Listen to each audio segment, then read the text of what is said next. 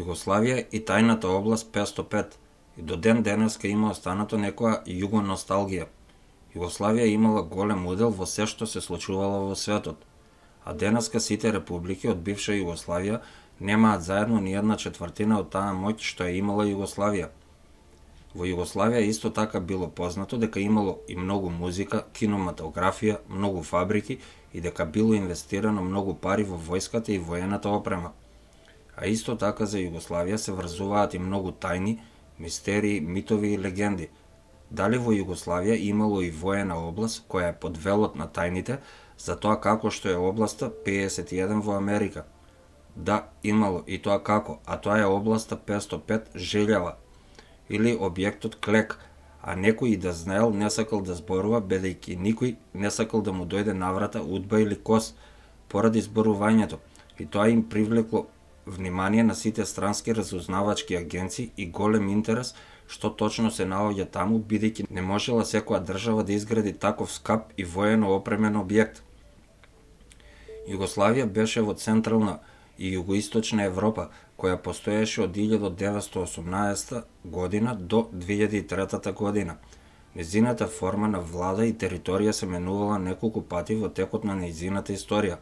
Кралството Југославија или Првата Југославија постоела од 1918 до 1945 година, пошто Социјалистичка федеративна република Југославија, Втората Југославија, постоеше од 1945 до 1992 година.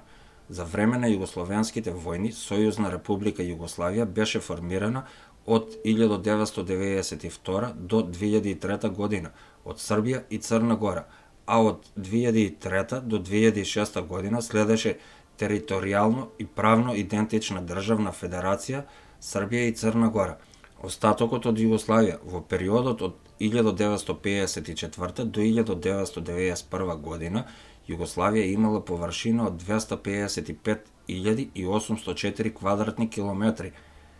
Се состоеше од 6 конститутивни републики: Словенија, Хрватска, Босна и Херцеговина, Србија, Црна Гора, Македонија и двете автономни покрајини Војводина и Косово во рамките на Србија. Исто така Југославија се граничеше со Италија, Австрија, Унгарија, Романија, Бугарија, Грција и Албанија. Југославија имаше долго крајбрежје на Јадранското море со бројни острови.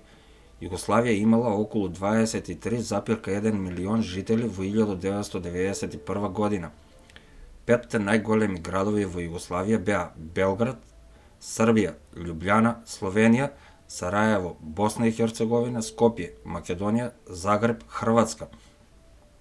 Областа 505 во Желјава на босанско-хрватската граница кај Бихаќ беше најголемата воена област за воени авиони во Европа.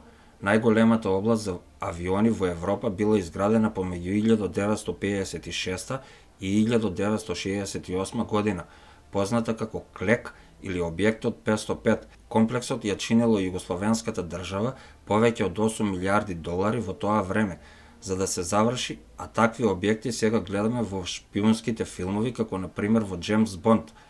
Областа 505 содржала од 80 до 120 борбени авиони МиГ-21, 110 пилоти и 1400 војници на воздухопловните сили.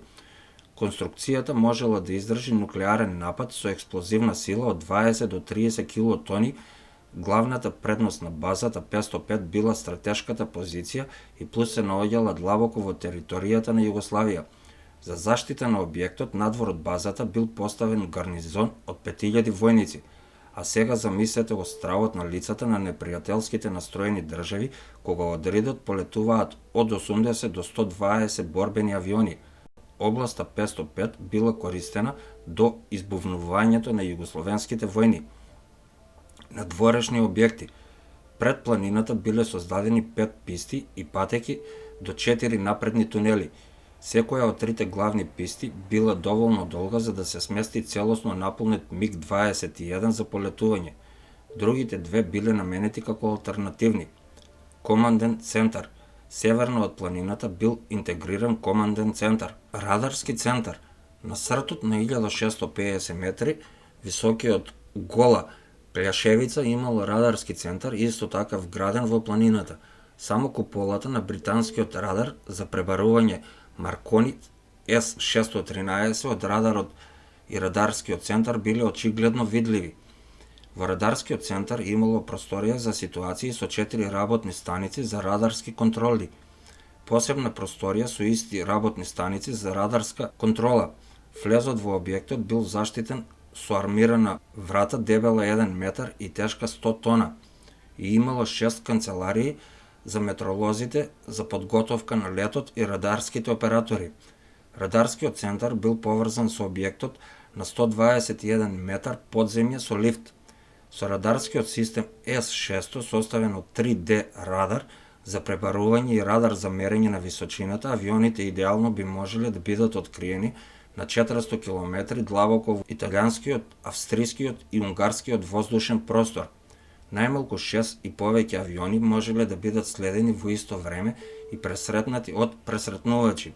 Југославија во областа 505 планирала и да произведува нов тип на авиони од четвртата генерација и да може да се управуваат и со гласот на пилотот, и тогаш ќе се отворила работа за уште 100.000 нови работни места, а на сите нас ни е добро познато какви плати и услови биле во Југославија, па може и затоа уште до ден денес владее таа југоносталгија, контролна кула и простории за персонал. Централно во бројот 4 било пристап до цилиндрична просторија. Поврзани со ова се 5 тунели за оценување на извидничките снимки, Елинт, оперативен контролен центар, падобранска единица и ескадрила. Покрај тоалетите имало и лифт кој се подигал на 30 метри над земјата. Во воената контролна кула, зад оклопната челична плоча со дебелина од 68 мм имало работни станици со радиоопрема и заднив просторија за ситуации со неколку работни станици за радарски надзор.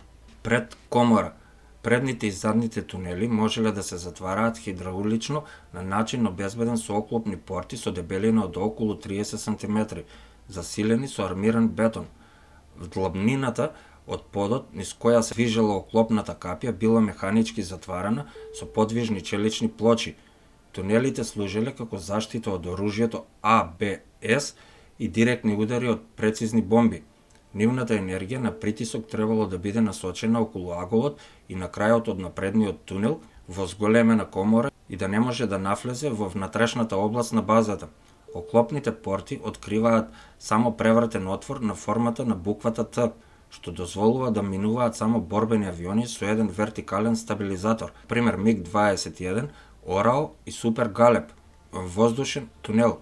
Трите тунели за авиони до кои се стигнувало по возење низ нив, служеле како сали за складирање и одржување. Секој од нив бил полукружен, широк 20 метри, висок 8 метри и долг помеѓу 350 и 500 метри. Два МиГ-21 би можеле да стојат еден до друг во тунелите. Ова значи дека имало доволно простор за камион, цистерна и персонал да помине покрај паркиран борбен авион. Електричните влечни трактори се користеле за поединечно влечење на авионот во и надвор, за да се подготват областите пред распоредувањето. Таму моторите се палеле со помош на уреди за стартување и борбените авиони можеле да полетаат оттаму директно од пистата. Овие капацитети дозволувале операции со од 80 до 120 борбени авиони кои се одржувале оперативни во базата. По секоја мисија борбените летала ги исклучувале своите мотори на просторот за поставување пред базата. Таму тие биле прикачени на авионски трактори со електрични мотори користејќи шипка за влечење и биле влечени во воздушниот тунел. Реморкерите биле електрично управувани за да се спречат какви било експлозии од истекување гориво во тунелите. На доделените паркинг места во тунелот борбените летала биле подложени на проверка помеѓу летот, наполнети со керозин од танкер на аеродромот и повторно натоварени со муниција. Соби за поддршка.